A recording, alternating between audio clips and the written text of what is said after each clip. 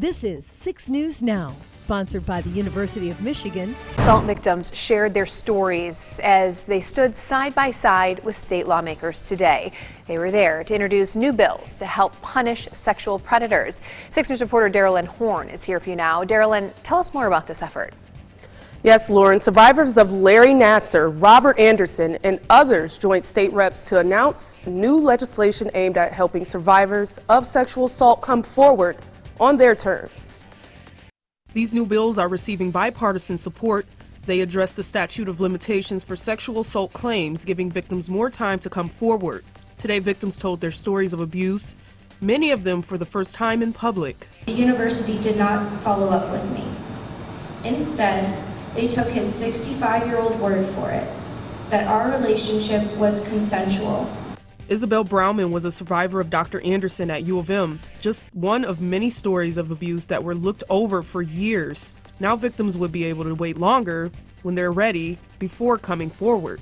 The average age a child sex assault survivor discloses their abuse is 52. This phenomenon is called delayed disclosure, and it's well documented. Representative Julie Brixey says Michigan's current laws can prohibit survivors from getting justice simply based on when the abuse happened and who the abusers are, which is why many survivors are still hesitant to come forward. We are forced to come forward at the risk of our own survival. I am here because Michigan laws are not built for victims, but instead for predators. The legislature should not be dictating which survivors have access to justice. We need to finally give all survivors access to justice.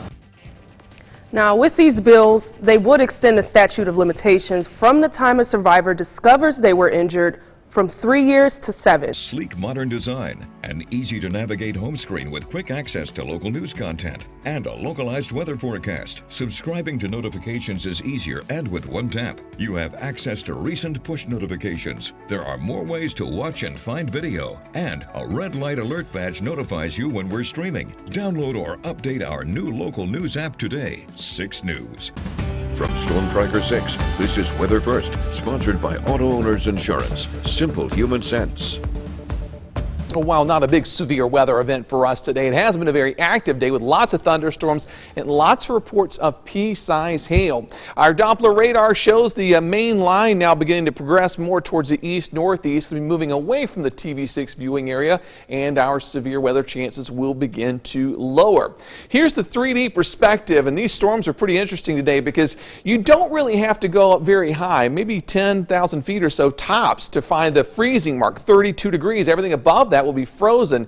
These storms, as you can see, exist fairly low in the atmosphere, a little over 10 to 20,000 feet, and so these storms are pretty easily producing small amounts of hail. We've seen that all over mid-Michigan this afternoon. That storm we just showed you was north of Williamston, and coincidentally, our friend Jason Smith captured this just in the Williamston area of what looks like some pea-sized hail. Another shot coming to us from Donna Briggs out of Jackson, showing quite a bit of pea-sized hail. Sort of looks like winter, doesn't it? Looks like snow on the ground, but this is hail today. It's not snow and it is not sleet. Our severe weather chances for this evening, just a marginal low-end risk, and primarily going to be some of those pea-sized hail reports out there. As we broaden the perspective, what a difference it makes depending on what part of the state you're in. Up towards the Hancock and Houghton areas, it's coming down in the form of snow today, and it's been heavy at times.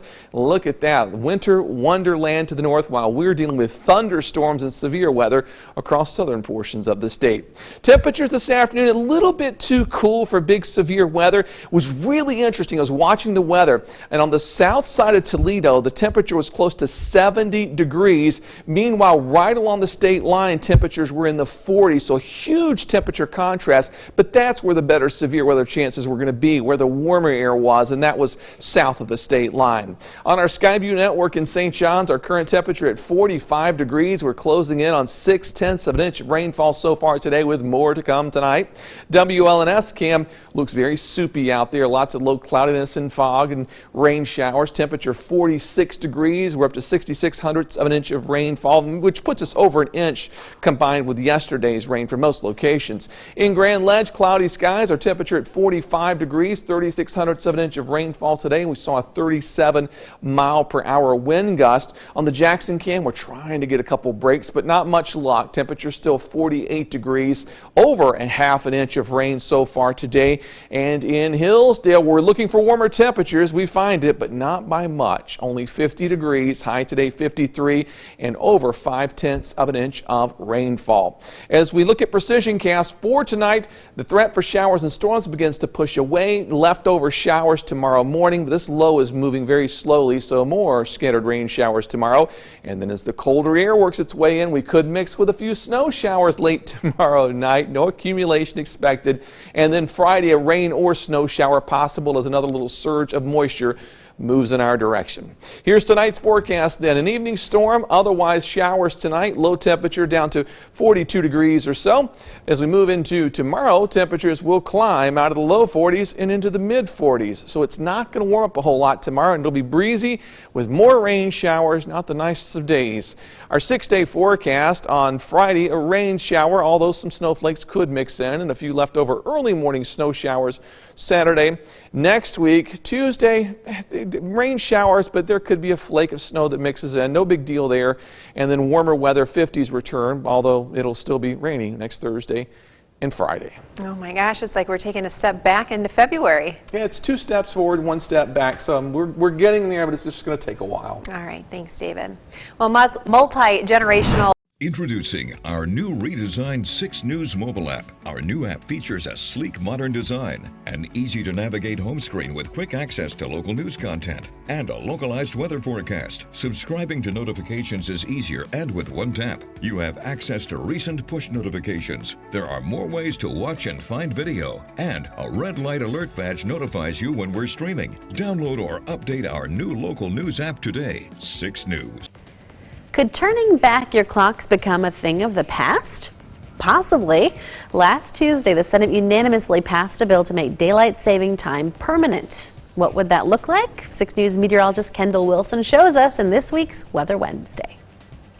You know the saying, be careful what you wish for? Well, it applies in this situation. You know, most of us, including myself, complain about losing an hour of sleep in the springtime. Well, Congress just passed a bill called the Sunshine Act that would make daylight saving time permanent. So no more time change, but it wouldn't take effect until the year 2023.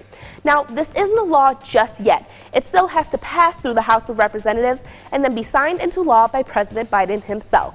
But if this were to happen, that would be great and amazing news for us, right? Well, not exactly. You see, if this were to become law, the sunrise in mid-November would go from 7:22 to 8:22 a.m. In mid-December, it would go from 7:54 to 8:54 in the morning. You know, in fact, we wouldn't see the sunrise before 8 a.m. for nearly 4 months. Now, why is this an issue? Well, let's just say that you have kids that take the bus to school. Well, in mid-December, as you send your kids out to the bus stop at around 7 a.m., while they are waiting for the bus, it will look almost like this. Pitch black outside while they are waiting. Now, this is one of the reasons why we had daylight saving time in the first place, so that the sun would rise earlier, making it safer for anyone who needed to be outside waiting in the morning. Now, it's going to be a while before we know if the Sunshine Act passes through the House of Representatives. They have essentially hit snooze on the bill as they need to do more research to see how making daylight saving time permanent will affect not only kids going to school, but also our productivity, health, and even energy costs. Back to you. Kendall. Introducing our new redesigned 6 News mobile app. Our new app features a sleek, modern design, an easy-to-navigate home screen with quick access to local news content, and a localized weather forecast. Subscribing to notifications is easier, and with one tap, you have access to recent push notifications. There are more ways to watch and find video, and a red light alert badge Ann Arbor is known as a melting pot for its ethnic cuisines. This week on Explore Michigan, you're going to take a trip around the city with me and try its unique foods. According to bestneighborhood.org, a website that uses U.S. Census data, Ann Arbor is much more diverse than any other U.S. city.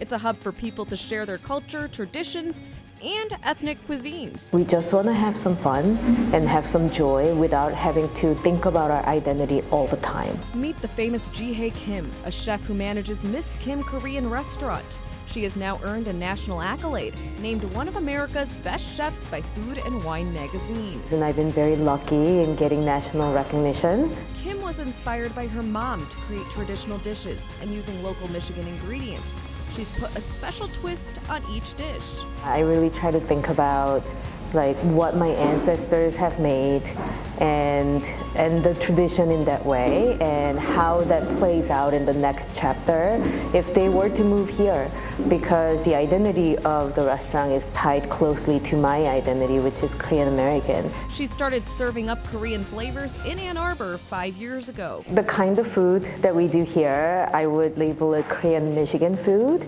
because it's not exactly the same Korean menu that you would see in any other restaurant. She believes there's a stigma about Korean American food and wants to change it. You think you know it's a snapshot of the moment, and if you understand the whole story of the dish, then I think you can give yourself a little permission to make a little change for the next chapter. That means some items might be sweet instead of spicy.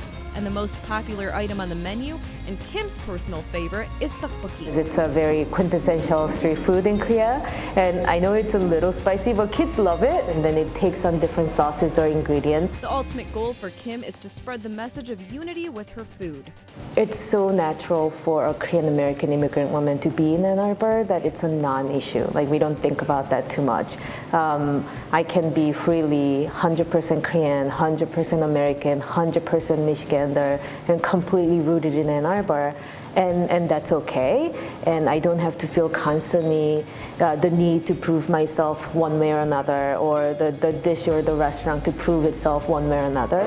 Miss Kim is one of the most well-known global chefs you can find here in Ann Arbor. Exploring Michigan, Samana Sheikh, 6 News. Now, we will begin in 60 seconds.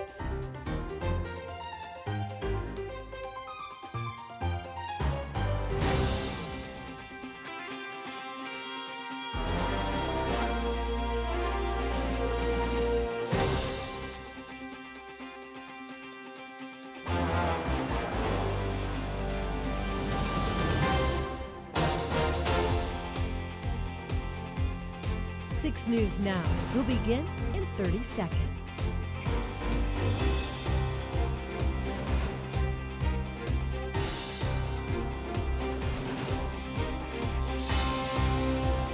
Don't go anywhere. 6 News Now will begin shortly.